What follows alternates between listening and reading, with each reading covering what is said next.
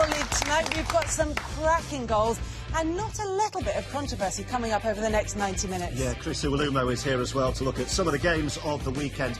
And we'll be joined in the studio a bit later on by the Wales and Peterborough midfielder Jack Collison, who is actually a classmate of yours, Chris, at university. What's he like as a student? Great character, but he's not been on time for one lecture yet. That may explain why he's not here yet. Absolutely. Save him a space, because we will hear from him later on.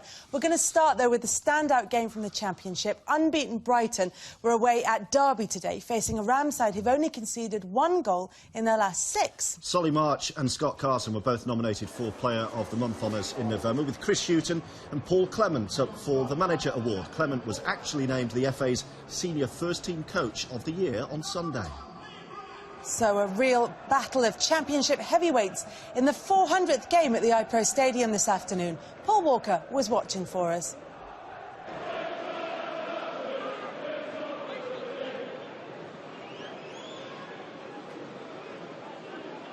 David Stockdale to get the game restarted with this free kick. Shackle's header. Murphy keeps it moving for Brighton. Chased down by Wilson. He's barged off the ball there. Looks at the referee. Nothing doing. Cyrus Christie made absolutely sure he wasn't going to do anything with that one. But it's Weimann leading the charge for Derby. Pass a little short for Martin, who goes down under the challenge from Bruno.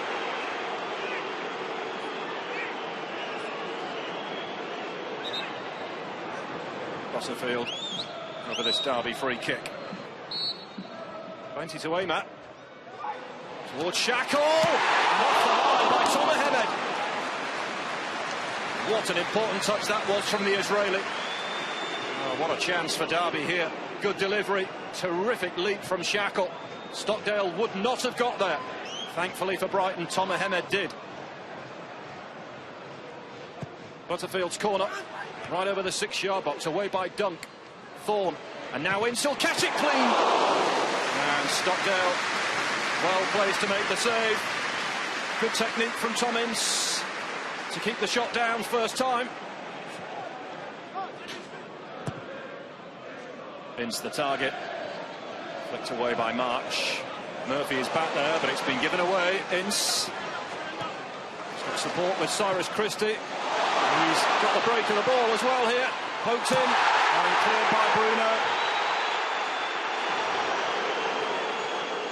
Big appeals went up, and that challenge from Greer on Martin would have been harsh, in my opinion. Calderon. Now Murphy on a back cross, and poked home by James Wilson. A big goal and a big game. 2-in-2 for the Manchester United loanee. A terrific flowing move down the left-hand side. Jamie Murphy making inroads down that left. And look at that for a finish. Beautifully taken by James Wilson. Gets a boot to it and flicks it beyond Lee Grant. And it's the league leaders with the breakthrough at Derby. Brighton working ever so hard to try and close down the angles and close down the space here. Thorne. Johnson. Again, he tries from range. It's a good effort. And now Martin. And he just couldn't control it. Christie's cross. Weimann is in the middle. And the corner is conceded by Dunk. Tried his luck already from distance. This was much better. Brighton have plenty back behind the ball. Martin's flick. Warnock. Chance to swing one in. It's dangerous! And almost an own goal of Lewis Dunk. Heart in mouth time. Warnock's cross was wicked. And Lewis Dunk gets away with that one.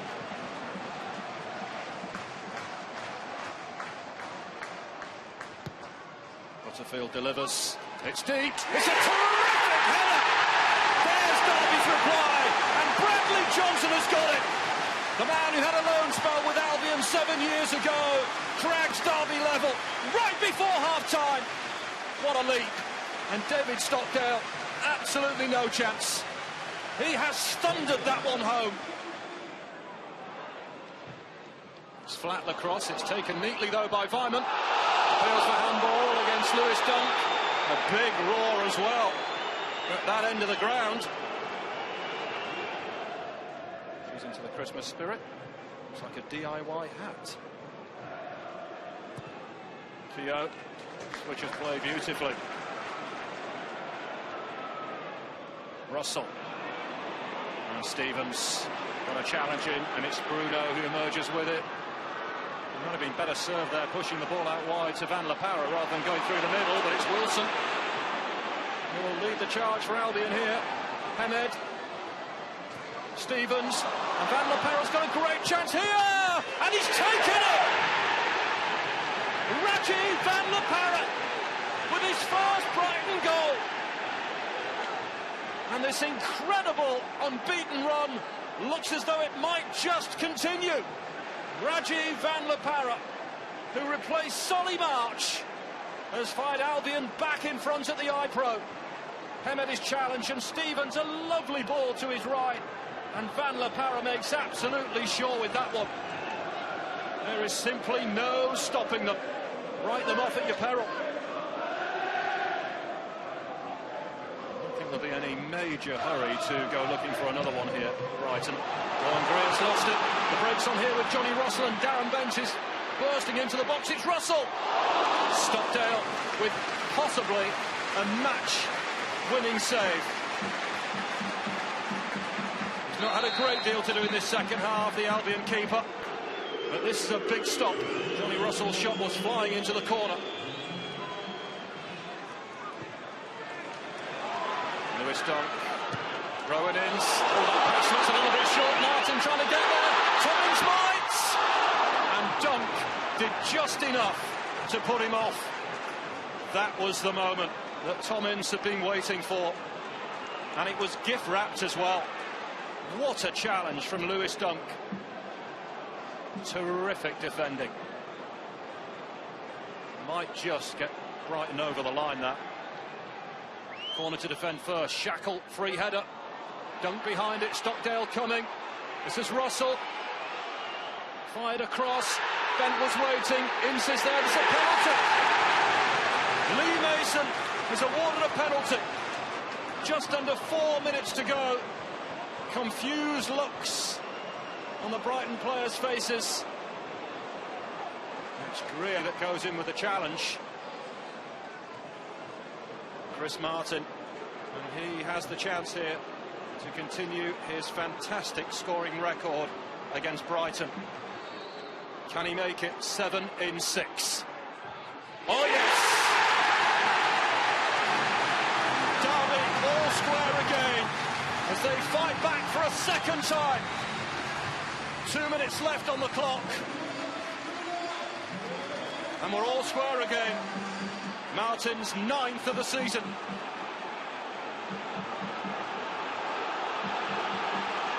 Chris, you were minutes away from what would have been a massive win for you, but the penalty that's cost you in the end, what was your view? I think it's a harsh decision, I have to say, from the angle that we've got, and unless somebody shows me a different angle where he catches him, there is no doubt that Gordon dives him, but I don't think there's contact at that stage of the game, in this magnitude of game, where I thought we were excellent, the side away from home, and I thought generally in that second half, if there was a side that was going to win it, I felt it was going to be us. What about the penalty? Did Lee Mason get that right? I don't know. I haven't seen it back on the video. Just pleased that we got that opportunity. It was a really well taken as well, because there's a lot of pressure in those situations. 2-1 behind.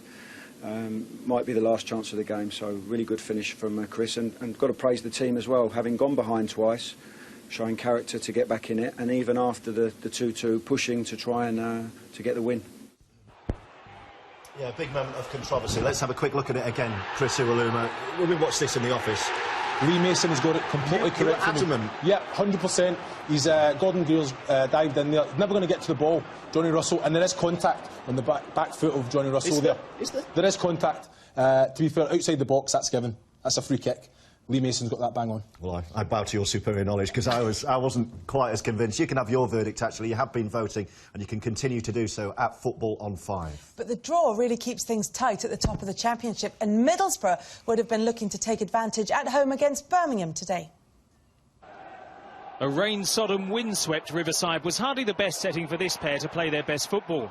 But Middlesbrough and Birmingham showed they were prepared to scrap. With Grant Ledbetter's deflected shot the host's best chance of a first half in which they found Birmingham determined to defy the dip in form that had just brought 3 straight defeats. In the difficult conditions, huge potential for long shots to embarrass the keepers, but Thomas Kuszczak did a good job of smothering Christian Stuani's attempt. And as the contest wore on, Birmingham grew more threatening themselves. Jacques Magoma toying with George Friend before Dimi Konstantopoulos finally snuffed out the danger.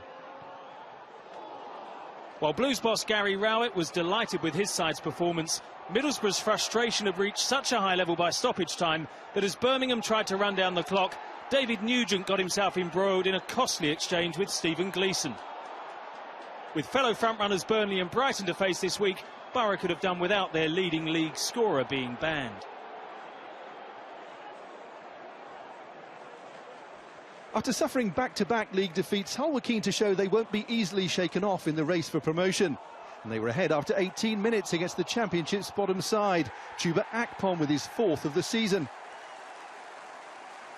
Bolton manager Neil Lennon admitted this week that the club's ongoing financial problems might force him to sell in the January transfer window to bring in some much-needed cash.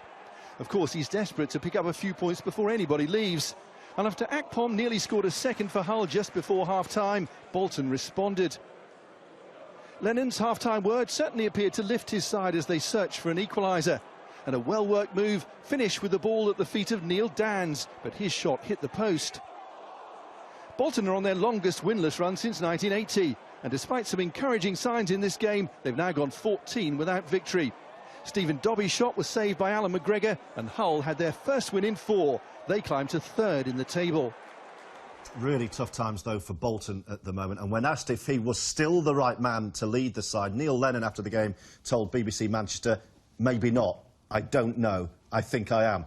Bolton also confirmed a winding-up petition was issued by Her Majesty's Revenue and Customs this week for around about £600,000 in unpaid taxes. There remains, therefore, a very real threat of administration for the Wanderers. Yeah, and the worries for Bolton fans not eased by their performances on the pitch as well. At the other end of the table, though, the final playoff spot in the Sky Bet Championship remains very attainable. 7 clubs were within 3 points of Cardiff in 6th place. Sheffield Wednesday were level on points with the Bluebirds, and they travel to South Wales this afternoon. Cardiff's not the easiest place to make a bid to break into the top 6. Russell Slade's team had lost only once at home so far, even if they've drawn a few too many for the fans' liking.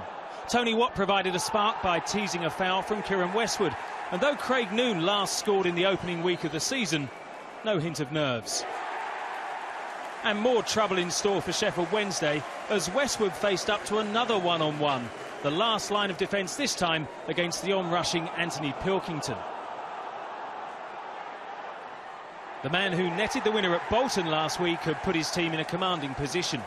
But Wednesday may well have been reminded Cardiff threw away a 2-goal lead in their last home game against Burnley. They were much better after the break. Fernando Forestieri firing the Yorkshire club back into contention just past the hour mark, which put the Cardiff crowd on edge. Wednesday's fight back completed by a player who hadn't found the net for more than 2 years. Barry Bannon's first goal for the club meant these 2 promotion contenders couldn't be separated. Now, the only top 6 side we haven't seen yet are Burnley. They travel to QPR today, where, of course, all eyes were on Jimmy Floyd Hasselbank. Yep, Chris Iwelumo will be breaking down Jimmy's first game in charge at Loftus Road in just a couple of minutes' time. See you.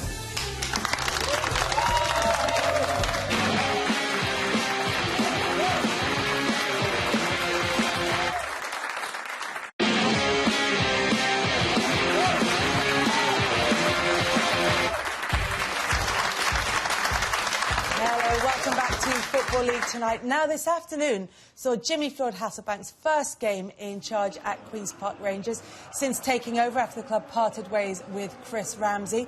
Jimmy Floyd Hasselbank applauding all corners of the ground at Loftus Road as he got set to take charge of his side against Burnley. Now, Chris, you were watching this one for us. How did they get on? Yeah, he'll be very, very happy with what he's seen. You know, I think dominated the match, really created the better chances here. Junior Hoylett there got the shot away. Perch gives it to Carl Henry, give and go, gets himself in the box. Ball comes in, Michael Duff does what he does, gets his head on it but doesn't clear it. Perch, and it's Michael Keane with the clearance here. Never knew much about it, but got his body in front all the same. Here again, straight on the front foot, Leroy Fair, very direct, drive, look up, composed. Matty Phillips comes in off the side. Up against, is it Michael Keane? Yep, gets his yard. Great save by Tom Heaton. You know, I think very happy that they play with a purpose going forward. Again, Matty Phillips using that power, that strength, pace, aware, gives it to Charlie Austin. You know what, I'm expecting to have a shot. Carl Henry, good player, get your shot away. You know, he goes on to his weaker foot. I know Carl very well. And you know what, he needs to score more goals. All through his career, he has everything else. Here, Joey Barton goes back to Loftus Road. Great ball in. Sam Vokes, you know, he'll be disappointed. You know, this is what he's done time and time again for club and country. He knows he should have done better there. Ball comes in, you know, and it's to be fair, it's a good ball by Matty Phillips. Grant Hall with the header, and Scott Armfield never knew much about it, but cleared his lines. So early signs, and from what Jimmy Floyd Hasselbank did at Burton, what do you think QPR are getting from their new manager? Well, I think they've appointed the right man. Foremost, I think he comes in, he's very confident, he has his beliefs, and he demands respect, you know, and I think that's, okay, no disrespect to Burton, but he's going into a dressing room with bigger egos. But he was a big ego himself as a player, and he'll go in there and he'll command that dressing room. But he's very organised, very meticulous the way that he goes about his work, and I'm sure it's they'll start creeping up the table. So we've had your thoughts on Jimmy Floyd Hasselbank. Everybody's had their say. Let's hear from the man himself. I was very happy with the application in the game. Did it ever so well, and it's a working process. And yeah, I think they done themselves proud. Look, the result was not what we wanted, but it's a clean sheet, and we move on. Particularly first half, they got the ball forward ever so quickly. They looked to try and press us. We planned for that, and I thought we absorbed that well first half. Second half, I thought we were very strong in really hard conditions today. So not just the nature of the game, but you come into a place they've only lost one at home this season so far. So we knew all of that. And you had the conditions in, as I said, pitch side, it was swirling, the ball was going everywhere. So I'm pleased overall. Well, Hasselbank's appointment is actually the latest in a busy opening to the season. It all started back in October with Neil Redfern taking over at Rotherham. Jimmy Floyd, in fact, is the 7th managerial appointment this season, but that's nothing on the 12 at this point last season. Brian McDermott is tipped to be number 8, with Reading expected to bring back their former manager in the next few days. As for Fulham, well, still no news from Craven Cottage, but Danny Murphy's son has touted his old man for the job. Lots of love as well from the Fulham fans for that idea on social media. Well, Stuart Gray was in charge today as they took on Brentford. Not much time for Stuart Gray to settle in before this thrilling West London derby threw him a big challenge. Fulham are adamant Jazz Richards got the ball, but that tackle on Jake Bidwell handed Brentford the chance to start the scoring, and Alan Judge the opportunity for his 7th goal of the season. Just 18 minutes gone, and following last week's home win over MK Dons, Dean Smith's first away game as Brentford boss was off to a flyer. Gray is only Fulham's senior coach, as that long search for a new Craven Cottage Supremo goes on, and this match probably underlined what he already knew. Goals aren't hard to come by, even if it needed James Tarkowski's touch on Ross McCormack's cross to gift the home club an equaliser. But holding on to a lead is difficult with one of the Championship's leakiest backlines.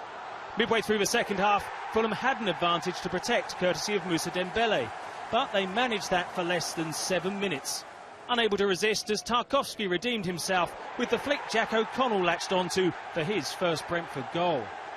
Fulham set to make it 6 without a win, 3 of the last 4 draws, though this could have been worse after they left Hotter unattended. The defenders very thankful to see the assistant's flag. Late on, Dembele had the chance to take the glory from Luke Garbutt's cross, but Brentford stood their ground. Just 1 defeat in 10 for them, though they were still stewing about that goal that didn't stand. Really disappointing because, you know, on reflection I've seen Hotter's goal and, you know, he wasn't offside. So I think if that goes in, we've got the momentum with us then as well. Brian McDermott may be the favourite to take over full-time from Steve Clarke at Reading, but for this match Martin Kuhl was in temporary charge and his team almost fell behind to Adam Reach's first-half shot. Reach is on loan at Preston from Middlesbrough, and he must have had the feeling this wasn't to be his day when 2 more chances came and went in quick succession after the break. While Reading have been sliding down the Championship table, Preston have been getting better. 10 games into the season, they were in the relegation zone, but after 10 more, they're looking rather more comfortable. 3 more points were sealed by a single goal from the penalty spot after 52 minutes, awarded for Paul McShane's foul on Joe Garner and scored by Garner. That was enough thanks to Preston's 11th clean sheet of the season, which really should have disappeared when Nick Blackman raced clear of the home defence but shot over the crossbar. Reading have now lost 4 successive away games in the league. New head coach David Wagner is struggling to make an early impact at Huddersfield, and his players may have to work on defending set pieces over the next few days. They conceded after just 7 minutes against Bristol City, Jonathan Codger's 9th of the season. But they had the perfect opportunity to get back into the match, as Luke Ayling's push on Nahki Wells was spotted by referee Jeremy Simpson. But Amir Hughes failed to hand out the appropriate punishment, and Frank Fielding's excellent save was quickly matched by Aidan Flint's clearance. Flint's not just a good defender, it seems. He doubled Bristol City's lead with just under half an hour played. Once again, Huddersfield had been undone by a set piece. They were much better in the second half. Joe Lolley's shot hit the post and the home fans were suddenly lifted in the pouring rain. And hopes of a comeback were very much alive when substitute Harry Bunn tried his luck 6 minutes from time. 2-1, and Huddersfield would have avoided a 4th successive home defeat if another sub, Kyle Dempsey, had found a way past Fielding late on. Instead, Bristol City were winners away from home in the league for the first time in 8 attempts. Rotherham were trying to clamber out of the bottom 3 in Friday night's fixture at Ewood Park, where they delighted manager Neil Redfern with their application. Just finishing was the problem, though Blackburn's Grant Hanley had to be on his toes to keep out Luke Hyam and then Lee Frecklington. Hyam had made a good impression in a couple of sub-appearances since joining on loan from Ipswich, but he'll be less inclined to dwell on his first start for the Millers, only able to guide Craig Conway's cross past his own keeper, to give Rovers a hand in their quest to make this a 7th successive game unbeaten. After the break, it took an acrobatic stop from Lee Camp to keep out Shane Duffy, but even at 1-0, Redfern felt Rotherham were hard done by. Charlton's inability to find the right long-term replacement for Guy Luzon meant Carol Fry was in temporary charge for the 7th time against Leeds, and he almost saw his side take the lead through Reza Guchanajad. But the home side's big chance fell to Ricardo Vaz Tê. The Portuguese striker's with his 4th English club now, but he couldn't beat Leeds keeper Marco Silvestri. More than 3,000 away fans travelled south for the match, and they thought they were about to be rewarded with a late winner from Tom Adeyemi. But his shot hit the post, and Steve Evans was denied his 4th win since taking over at Leeds, while a point was enough for Charlton to climb out of the relegation zone. Let's get the latest on the off-field goings-on at Leeds. Their owner, Massimo Cellino, was cleared of tax evasion this week over an incident during his time as Cagliari owner. The bad news, for him at least, is that it doesn't affect his current Football League suspension, against which he is appealing. We've got more football from the Championship in a couple of minutes, when we'll be bringing you the player and the manager of the month winners for November.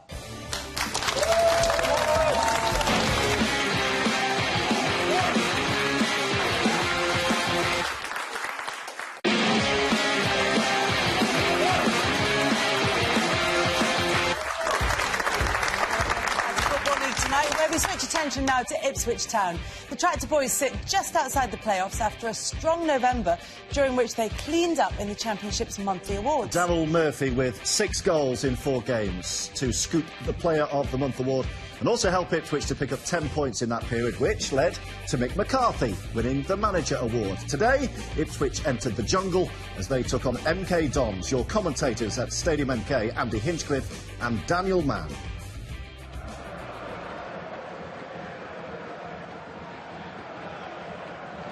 Carl Baker. That could be a very incisive ball. Murphy hoping to get there. And a threatening ball as well. Can Maynard pounce? Crucial challenge there by Cole Scouse, who's such a key figure for Ipswich in that position. It's a brilliant defensive interception as well. I think it's Christophe Berry using all his experience to get back. He knew exactly where that cross was coming.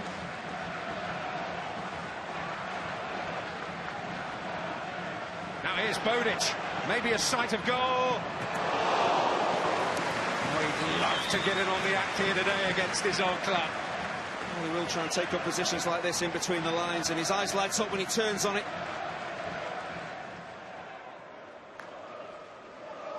Douglas looking to spread it.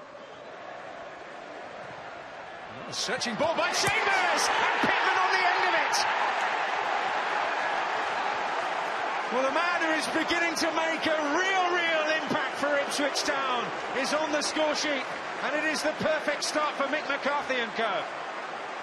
When they're in comfortable possession, full-backs can provide the width. That's what Luke Chambers does here.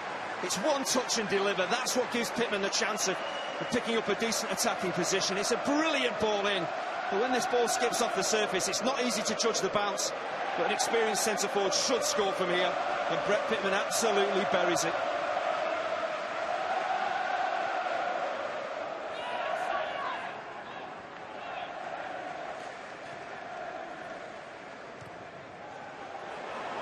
Sears chasing that, and he's going to get there first. And he's not going to find the finish in the end.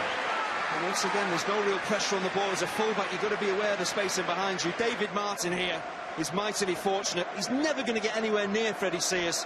Just stay on your line. The ball is stopping up. As soon as you come off your line, Sears has got an opportunity to lob it over. It's just whether he gets it wrong, and he did.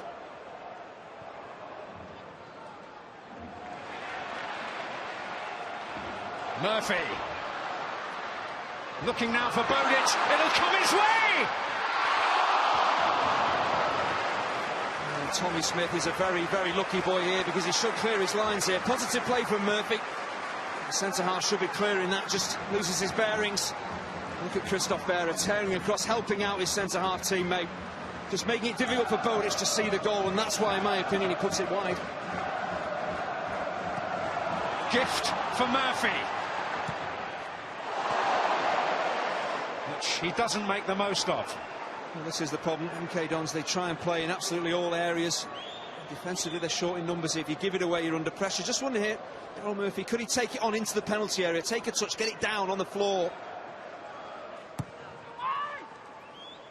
Douglas hoping to get there. Scouse. Maitland-Niles. Oh, Murphy's free! Oh, and another chance passes Ipswich by. Well, actually had more time than he knew here, Daryl Murphy. Once again, MK Dons go to sleep defensively. They half clear their lines, but then they don't pick up. McFadzean actually turns his back on Daryl Murphy. He's asking somebody else to pick him up. You can see here at the near post, let's watch the number 5. Actually looking around, asking for somebody else to do his job for him. Into Ben Reeves. Parr trying to hold up Murphy, but Reeves can take over.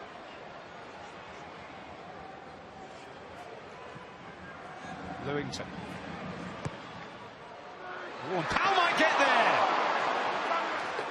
He wasn't that far away. Teasing ball from Lewington.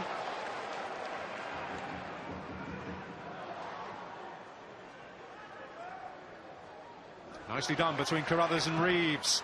Oh, and Gherkin does have some work to do now. And a vital hand on that effort there from Ben Reeves. Comes flying past one of his teammates here for Dean Gherkin. Might be a little bit cold as well. There was nothing to do during the course of the game. He should save this.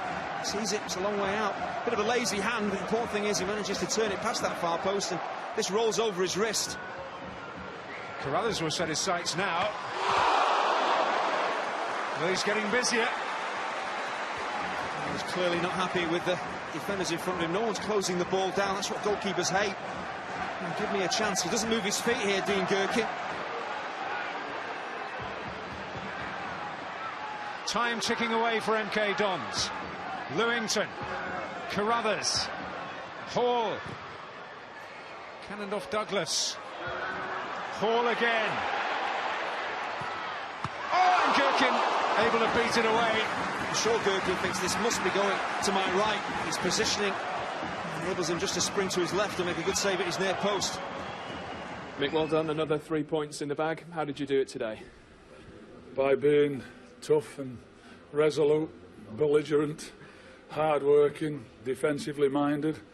I'm not going to lie, I think they've dominated the ball and we maybe got away with one, but it takes all sorts of ingredients, whatever you want to call them, things to be successful in this league. And all the things I've just mentioned, they're qualities that you need in a team. And there's two ways to lose. There's committing your life and dedication to your football club that you work for. And my players for the last 7 days have been quite phenomenal. I said that to you before the game. And I don't think we could have done any more today. I thought every single one of them to a man literally left everything on the pitch, and that's a standard they've set now, and they have to replicate that because that performance keeps them up. So Ipswich back on track against MK Dons and making the front page of tomorrow's Football League paper. Yes, we've one more game from the Championship. We'll bring you that in just a couple of minutes' time.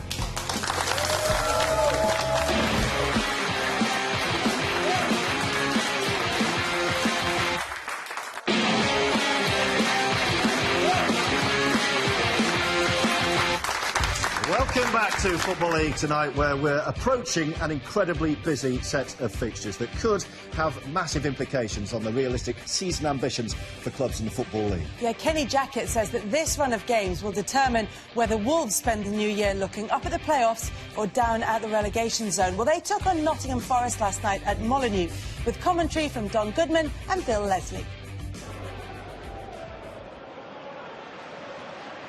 Graham now. Clipped by Mendes, free kick for the home side.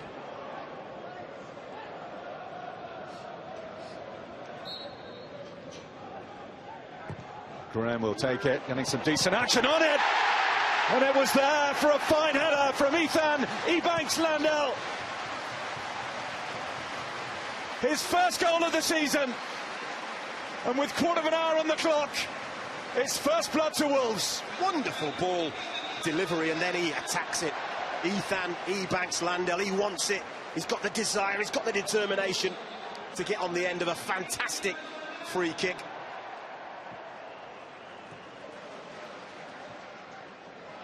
Well, this is exactly where Adam Lafondra likes it, playing on the shoulder, looking to provide for the onrushing Edwards. Still some work to do, and it's done by Lehigh.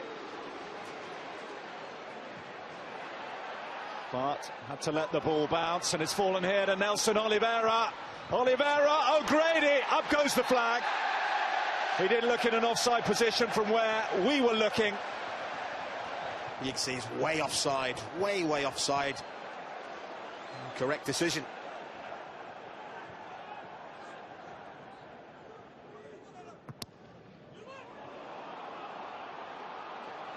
It's Adam Lafondra here for Wolves. Responded well there, Doris de Vries, and it's cleared away by Lehigh. Took a deflection that was pretty unhelpful.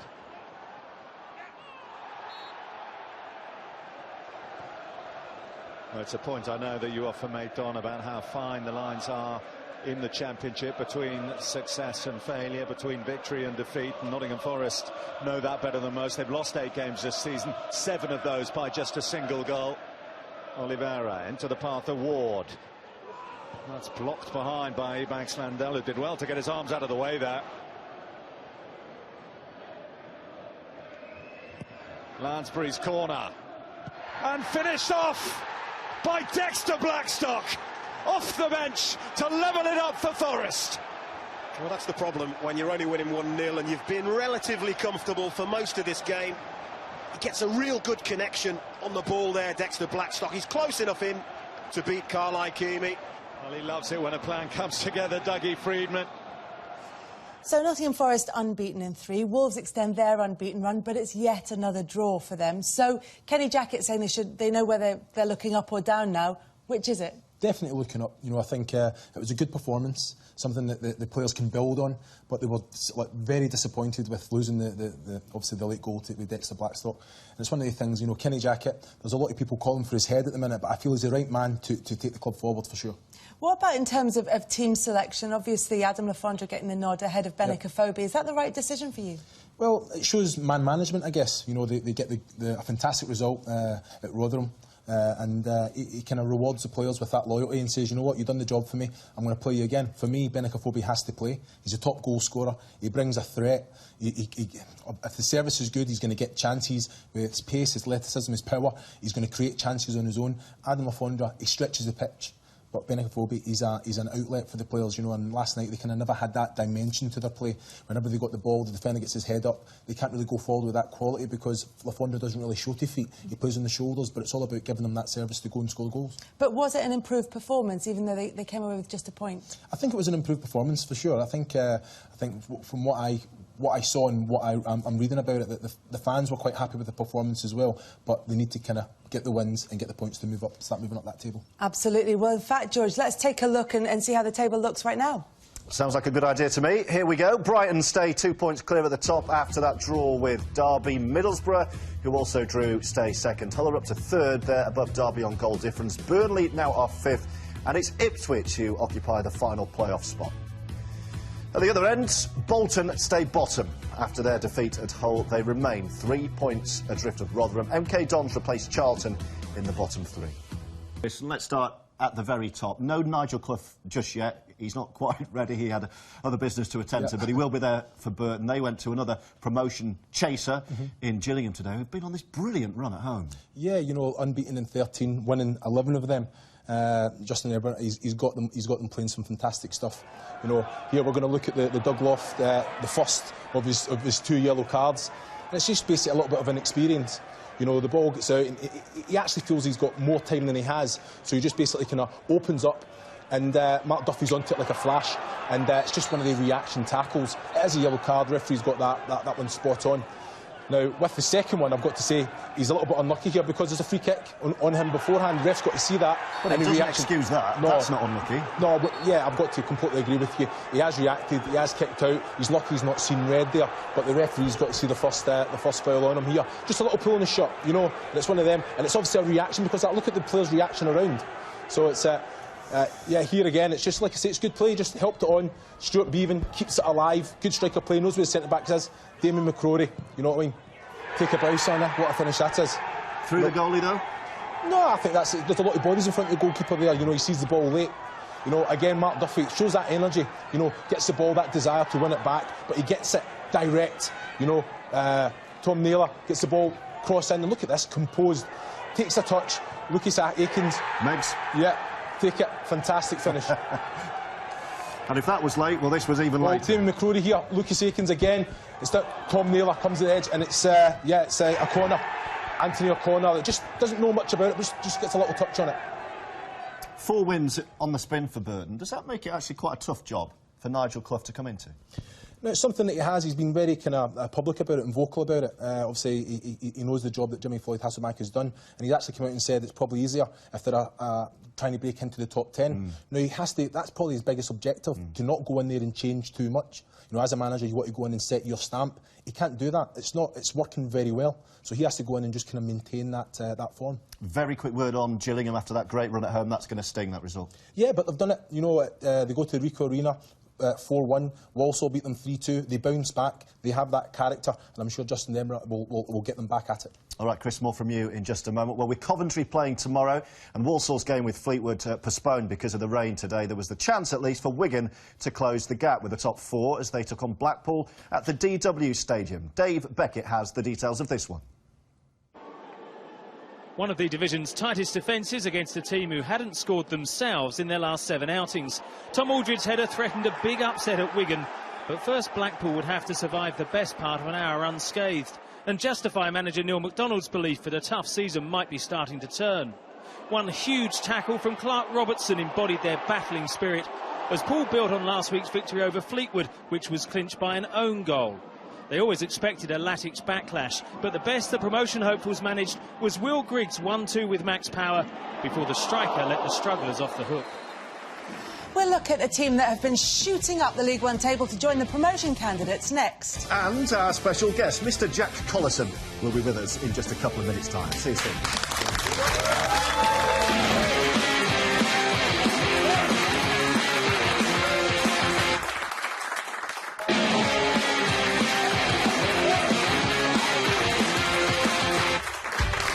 Welcome back to Football League tonight on Channel 5, where we are delighted to welcome tonight's special guest into the studio. Yeah, he's played for West Ham, Bournemouth, Wigan and Wales. Please welcome Peterborough's Jack Collison.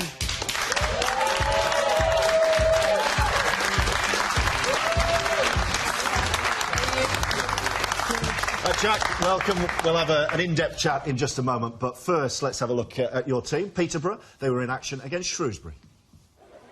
Graham Wesley has had the Midas touch since arriving at Peterborough, but unusually for England's top scorers, the finishing touch was missing early on for Michael Boswick. Such has been Peterborough's improvement under Wesley that they've won their last 6 matches, and Connor Washington has certainly played his part. His contribution to the posh cause had already reached double figures, and that was his 11th of an impressive campaign. But you have to admire Shrewsbury's tenacity, and despite 5 defeats in their last 8, they found enough to salvage a point. Sully Kaikai's shot seemed to catch Ben Anick off guard, and Tyrone Barnett was on hand to tidy up and then encourage the Peterborough fans to shut up.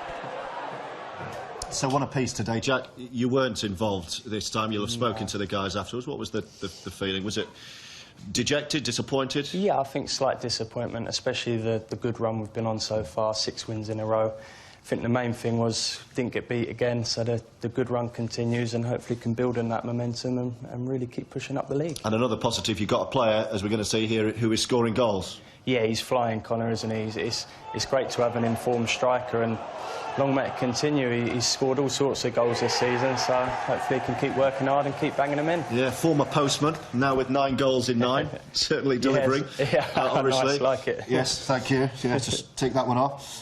You were brought in under the previous regime, weren't you? And you've been working with the under-21s. Is that still the case? Are you still actively involved doing that job? Yeah, I've still been working with the 21s, and even more so recently I've been working with the under-18s, and it's been great when I haven't been able to go out there and train every day. It's been good to get involved with the young boys and try and help them out. Talk to me about Graham Wesley. He was with us actually in the studio when he just took over, and now he's manager of the month. He's been on a terrific run with the team. What's he done differently? What's changed since he came in? I think he's been fantastic since he's come in, and obviously the boys have reacted well, because you can see in the performances and the rise up the table. I think what he done well, he didn't change too much when he first come in, just slowly.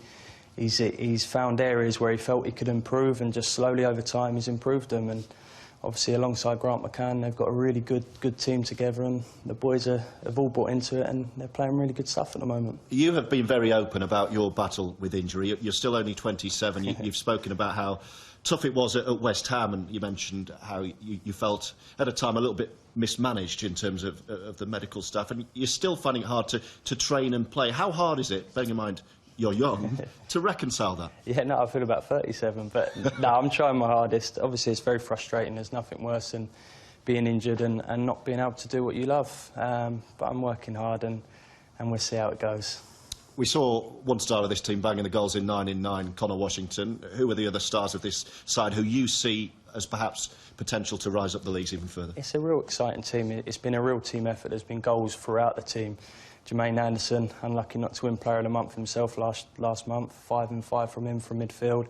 Ricardo Santos at the back's been brilliant, and Chris Forrester as well. We've brought him from Ireland. He really has been a revelation so far. We'll speak to you more in just a moment, because I need to talk to you about the Euro 2016 draw as well, which was very, very interesting. First of all, though, Kelly. Yeah, like Peterborough's Graham Wesley, Martin Ling's another manager who's had a big impact since taking over a job in League One in mid-season. Swindon had taken just 2 points out of 30 before Ling arrived, but then they won 3 out of 4 in November. So they were looking to keep that form going throughout December as they took on Rochdale today. It's now 3 wins on the bounce for Swindon and new manager Martin Ling. They got a helping hand, though, when Rochdale midfielder John O'Sullivan clashed with Yasser Kassim. It was an ugly challenge, and referee David Webb dished out a straight red for the on-loan Blackburn player. Swindon made the most of their advantage with 2 first-half goals inside 2 minutes. First, Brad Barry crossed for Fabien Robert to finish stylishly, his 4th league goal this season. Almost immediately, Swindon doubled their lead. Ben Gladwin's lanky run produced a shot and a wicked deflection past Dale keeper Joel Castro-Pereira. In the second half, 10-man Rochdale upped their game with Ollie Lancashire bundling in from close range, but it was too little. too late. Crewe arrived in South Yorkshire looking up at most of the division above them, but with lofty ambitions to pass their way out of trouble. So when Marcus Haber struck, a third successive win was on the cards. But under Darren Ferguson, Doncaster are an emerging force, and they were behind for just 6 minutes. Fatal hesitation allowing Connor Grant to help himself to a fourth of the season. Fast forward to the last minute and a grandstand finish. Brad Inman's pass was perfect, and Callum Saunders seemed to have delivered a knockout blow. But tenacity is a Ferguson family trait, and accuracy is certainly in Cameron Stewart's locker, even in the 93rd minute. If the visitors were reeling then, there was still time to be knocked flat on their backs. High and Hopeful eventually offered a handsome reward as Andy Williams sent the Keepmoat Stadium wild. Even Fergie Senior might have allowed himself a wry smile at all that. It's been a tough few days for Port Vale, knocked out of the FA Cup by Exeter on Sunday and put up for sale by chairman Norman Smurthwaite on Monday. And against Scunthorpe, they almost trailed to Paddy Madden's early header and then did fall behind to Jack King's flick after 36 minutes. Before half-time, though, Vale equalised. AJ Leach-Smith on target for the 6th time in 7 games as he raced onto Chris Birchall's pass and took his time before shooting. In the second half, Michael O'Connor's free kick may just have been touched onto the crossbar by Scunthorpe keeper Luke Daniels. The incredible scramble which followed was ample evidence that no more goals would be forthcoming. And the two teams played out their 4th draw in their last 4 league meetings. It's been a race to the bottom for these two so far this season, with Barnsley currently enjoying the dubious honour of propping up the rest. But Conor Hourihan's 7th of the season was the perfect start for the South Yorkshire side. Having lost their last 5 league matches and conceded 17 in the process, you can see why Colchester might lack a little confidence. The same couldn't be said of Adam Hamill, who showed no mercy. Losing is something that Lee Johnson's side have become used to as well. 9 defeats in 11 explains why they find themselves bottom. But Ivan Toney's first league goal since joining on loan from Newcastle last month offered more reasons to be cheerful. George Moncur has been more prolific in front of goal for Colchester. The 22-year-old started the match as the club's joint top scorer, but he's out on his own now after his 9th of the season. 3 minutes later, a Colchester consolation threatened to turn into a comeback of epic proportions thanks to Chris Porter, but Barnsley held on and things are on the up. I knew that the team was in a good place, and we've done a lot of work and a lot of good work, and we've got a couple of players now, obviously with people like Hamill coming in that can provide that little bit of individual brilliance, and I think overall we deserved it, although it was sort of bite your nails time at the end. Bury didn't only have Chesterfield to bypass at Gig Lane, the Shakers also had to battle the elements and overcome some rotten luck. Danny Mayer and Tom Sawers both hitting the frame of the goal in quick succession. They weren't the only ones. Leicester loanee Joe Dodu made it 3 post hits in 7 minutes. But the Shakers' luck changed in the second half when Sam Hurd lost his way on a sodden pitch. Mayer did the rest. His 5th goal of the season, good enough for Bury to return to winning ways after back-to-back league defeats. Just to confirm then, the 3 games postponed in League One due to the bad weather today. Bradford versus Southend, Fleetwood against Walsall and Oldham Millwall all off. So, Burton Albion's 4th win in a row sees them move 5 points clear of Coventry at the very top of the table. The Sky Blues and Player of the Month Jacob Murphy are in action on Sunday. Walsall, whose game against Fleetwood, as you just saw, was off today, they stay 3rd, a point clear of Gillingham. Peterborough are up to 5th, they're above Wigan on goal difference. At the wrong end of the table, Crewe's late defeat at Doncaster means they drop to the bottom, a point behind Oldham, whose match was postponed, as you saw. Colchester's 6th defeat in a row sees them drop into the relegation zone. Barnsley, who beat them today, are a point better off. Well, Jack Collinson, as George was saying a bit earlier on, we want to talk to you about the Euro 2016 draw because Wales have been drawn against England. They're in the same group as England with Russia and Slovakia. When Chris Coleman was asked before the draw, do you want to face England? He was like, no. But they have drawn England, and now he's like, well, actually, maybe I do quite want to. How do you feel about it? Yeah, I think deep down inside he's quite happy. It'd be a good chance for him to really send out a statement and show how far this Wales team have come.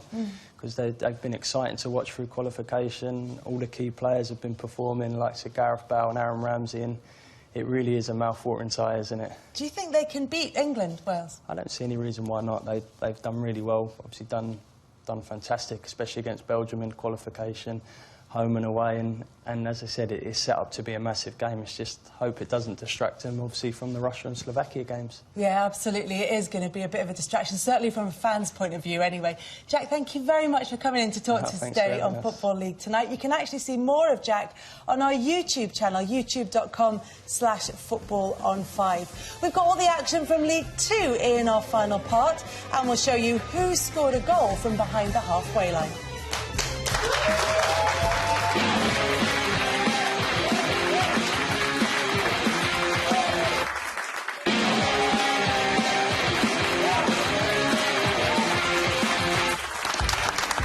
Welcome back to Football League Tonight, where we're going to turn our attention to League 2 now. There were 2 games called off today. That was Exeter's trip to Morecambe and Wycombe's game at Accrington. And if you have ever wondered about the exact science behind a pitch inspection, have a look at this. Accrington Stanley giving us a peek behind the scenes. Have a look at the middle of the pitch there. If the ball does that, you know you're probably in a bit of trouble. Yeah, no science required. But of course, on a more serious note, nowhere was hit as badly by the weather this week as Carlisle. And the football club was making headlines for the role that they played. It was instigated by the players themselves to help the local community start the clean-up operation following the devastating floods, of course, that hit the area. Yes, Brunton Park was severely flooded. Carlisle will play their upcoming home games at various surrounding grounds. But today they were away at Oxford United, just one of 3 teams level on points at the top of League 2 going into the weekend and starting to pull away from the rest. These are heady days for Oxford, riding high in the league and proving difficult to stop. And even when Carlisle did halt George Baldock in his tracks, Alex MacDonald punished them instead. It's been a tough week for so many connected with Carlisle and its football club because of the damage caused by the Cumbrian floods. But the visitors will take some comfort from a lucky break as a Joe Scart's clearance hit Che Dunkley in the chops, all gifts gratefully received. If that was fortunate, there was another slice of luck for the visitors late on as Oxford hunted a winner. Top scorer Kamar Roof was denied not once but twice as Carlisle made the long journey home with a valuable point. Plymouth's stuttering league form continued as Sean Derry's Cambridge put together a flowing 6-man move. It ended with Barry Corr playing in Ben Williamson for the opener. In the second half, Argyle began to get their act together. A header from Scottish midfielder Greg Wild drew them level. It was his 3rd league goal this season. But Cambridge definitely had the last laugh as they notched up their 3rd league win in succession. Luke Berry's 20-yarder was timely, just 4 minutes from the final whistle. Cambridge now up to 12th in the table. It's a fairly short hop down the M1 to Luton for Northampton fans, but when Paul Benson's acrobatics put the home side in front after just 9 minutes, Cobblers fans were probably wondering if Christmas shopping might not have been a better option. But a perfect training ground move quickly banished any thoughts of the festive season, John Joe O'Toole literally taking it all in his stride. Despite their well-documented off-the-field problems, Northampton have made their best start to the season since 1986. And when Lawson Diath teased and then tormented the Luton defence, that run looks set to continue. Indeed, victory seemed a mere formality as the Hatters lost their defensive heads again. A corner causing chaos, and there was top scorer Mark Richards to collect the easiest of his 13 goals this season, just before the break. Luton were in need of the half-time cuppa, and it seemed to work wonders for them, especially Alex Lawless, who suddenly burst into life. Northampton just couldn't get a hold of him, or Benson at the far post, and that lead started to look a little vulnerable. With only 3 home wins all season, the Luton faithful hadn't had much to cheer, but when Craig McHale-Smith and Brendan Maloney came together on 66 minutes, the referee pointed to the spot. Danny Green kept his nerve, but could his teammates do the same? Northampton responded by introducing Ricky Holmes 3 minutes later, and he answered the call and that question by making a stunning impact. His first touch of the ball took him into space, which he used to deadly effect. Luton were left with their heads in hands, Northampton heading to the top of the table. We've put ourselves in a good position by our previous performances in previous months, and if we want to stay in and around it into January and February, then we have to make sure that we're bang at it now, and we are, and we're playing with a lot of confidence. We need to keep that going. Yeah, quite a game that one, wasn't it? Great result for Northampton. A couple of brilliant goals as well. That free kick was quite something. And Chris Wilder actually picked up the Manager of the Month award for November after a run of results made all the more impressive for those distractions that you heard about off the field at Northampton in recent times. Jay Simpson's 4 goals in November took him to 15 for the season and won him the Player of the Month awards. Well, today, Jay and Orient were at Mansfield. Chris and Kelly have the details. Yeah, we're going to have a quick look at how they got on in just a second. But first, though, a word on Jay Simpson. I mean, 15 goals at this stage of the season is just ridiculous. No, fantastic. You know, he's ticking all boxes as a striker, scores all different types of goals, but he's just a constant threat. You know, I think when any defender, when they see his name on the team sheet, they must be thinking, you know, I've got an afternoon ahead of me here today, you know. So it's, yeah, as he definitely deserves the award. Absolutely. And was on the score sheet again today. Yeah. You know, I think I've got to say it was Ian Hendon will have a few concerns because they are leaking goals. Marquis there does what a striker does, holds the play up, got a bit lucky, but give and go. He finds Robbie McAnuff, you know, and he's done this all his career. You know, 1v1, 2v1, he's going to put in quality. Great header, Jay Simpson, you know what I mean, fantastic. 16th goal of the season, and you know what, he's just flying. He's flying high, but you know, Ian Hendon will have a concern at the back end. Here it's Craig Westcar, just puts the ball in, but you know what, Reggie Lamb, what an absolute strike that is. Never, you know, to even take it on, unbelievable. You know, fair play to him. I've got to say, towards the end here from the corner, Christian Pearce, he'll be disappointed later on, but you know, he gets his head to it, but he should be hitting the goal, should be hitting the target. Absolutely, and like you said, sometimes it's all about the strikers, but occasionally you just got to take a look at the defence and think, what's going on there? And they've got to tighten that up if they've got serious aspirations, haven't they? Definitely. You know, I think I've had 5 promotions, and 4 of them, the striker got golden boot. Now, with the philosophy that I was at Wolves, we went into every game saying we'll score more goals than yous, you know. But to have the balance is the perfect scenario. Yeah, but that almost turns sort of conventional wisdom on its head, because you can see elsewhere that managers go, tell you what, we're going to start at the back, and if we don't concede, then we know that maybe we can go and nick it. It's always, I mean, that's just the striker in you talking, isn't it? I know managers that say defence starts from the front, exactly. So it's just, yeah, it's so many different philosophies there, but for me, if you're asking about going on and getting promotion, it's all about scoring goals. And absolutely, if you've got someone like Jay Simpson, then you've got a really good chance as well. But we've seen all the monthly awards winners, and John Sheridan actually made the shortlist for Manager of the Month for a great job that he's done in turning around Newport. Today, they were at Notts County. After a 10-match unbeaten run, Newport were full of swagger at Meadow Lane. Mark Byrne's free kick was a beauty, his 2nd league goal this season. Within 10 minutes, John Sheridan's side were 2 up. Tommy O'Sullivan creating the chance, Alex Rodman taking it. It was beginning to look like a stroll. But some disastrous defending from Newport allowed County back into the match. A combination of a poor header and a mistake from keeper Joe Day allowed Liam Noble to fire home his 7th goal of the season. By half-time, County were level. Noble's free kick hit the post. A spectacular clearance from Mehdi Alito was forced back into the box by County's Adam Campbell.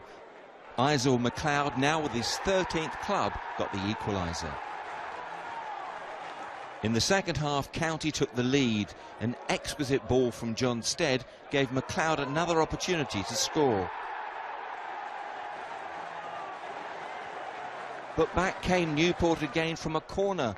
Scott Bowden's 7th goal of the season made it 3-3.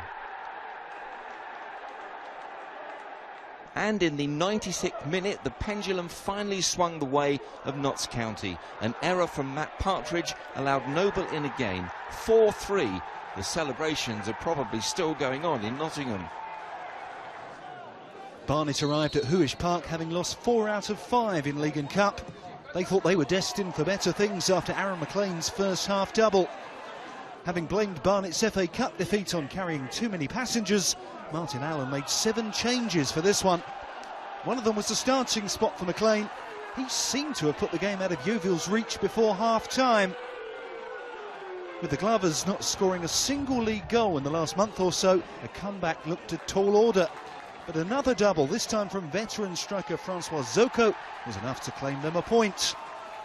The Frenchman is on a short-term deal at Yeovil. It'll take more performances like this to end their 13-game winless run.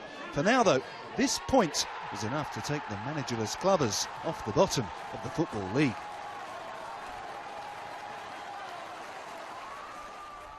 Poor old York, 7 defeats now in a row. They had the audacity to score a first-half goal at the Memorial Stadium.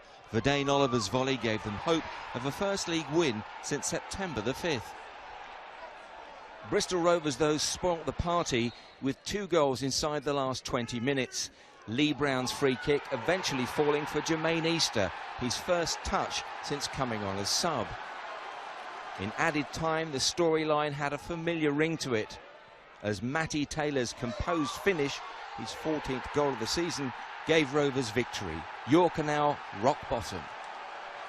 Fans of AFC Wimbledon have been celebrating the news that the club has been given permission to build a new stadium close to Plough Lane, which is, of course, the club's traditional home. The plan is to build an 11,000-seater stadium, which could be expanded to hold 20,000. It's going to be a while, though, Kelly, before it becomes a reality, though. For the time being, well, the side are going to stay and continue playing at the Cherry Red Records Stadium, where today they face Stevenage. 4 games without a win for AFC Wimbledon, but a classy goal lifted their spirits just before the break. Danny Ballman's cross was perfect for George Francome's decisive header. It was his 2nd goal this season. Cue a Stevenage revival after the break. Tom Pett's ball was pounced upon by Jamil Matt, and he did the rest. It positively flew into the net.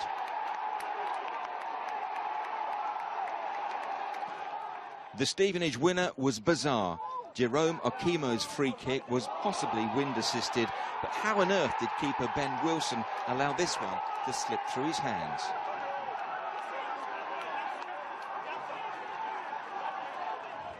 Between September and the end of last month, Portsmouth had scored only 1 league goal in 4 home games. Incredibly, they've now hit 10 in their last 2. Keelan Lavery's was a thing of beauty. Ronnie Moore saw things differently, though. He called Hartlepool's 3rd consecutive defeat a case of pushing the self-destruct button. Adam Jackson's own goal added weight to that argument. Portsmouth were irresistible, but Hartlepool's defending wasn't helping matters. Plenty of bodies in the box here, but Pool's players loitered without intent before and after Mark McNulty's shot, allowing Gareth Evans to put the result beyond doubt. So a 7th game unbeaten for Portsmouth, who are now just 3 points short of an automatic promotion place. McNulty finished things off here, as Fratton Park savoured the sweet smell of success. Elsewhere, it was the sweet smell of Sussex, where Dagenham were undone by some familiar faces at Crawley. Matt Harrold got the opener here. He was a dagger in their conference days. More performances like this, and the East Londoners might end up revisiting the 5th tier. Crawley's Rhys Murphy spent 2 seasons at Dagenham, scoring 14 goals. Here a double condemned his old club to defeat. Wayne Burnett's side made a go of it in the 2nd half. Christian Doidge pulled one back as Dagenham briefly threatened a comeback. But there were to be more problems against Sussex opposition. Dagenham couldn't beat Whitehawk in the FA Cup last week. Murphy, born just down the road in Shoreham, got the match-clinching goal for Crawley here.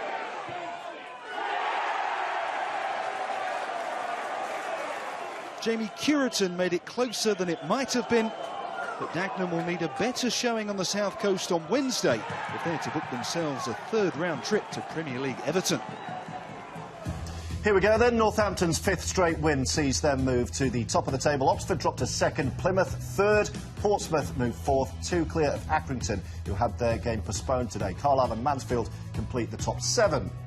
Off to the other end of the table, York's 7th loss in a row means they drop to the bottom. Yeovil are above them on goal difference. Dagenham and Redbridge are a point clear of the relegation zone. Now, earlier on, we asked you whether you thought this should have been a penalty for Derby late on in their draw against Brighton. You've been voting. Chris Olumo adamant that it was a right call, it was a penalty. 62% of you disagree with Chris and say that no, it should not have been awarded. So, sorry, mate, you know nothing. Maybe you're just a gentler soul, Chris. Maybe that's all it is. Listen, thank you very much to Chris Olumo for joining us on Football League tonight. We're going to leave you with Northampton Town. They're top of League Two.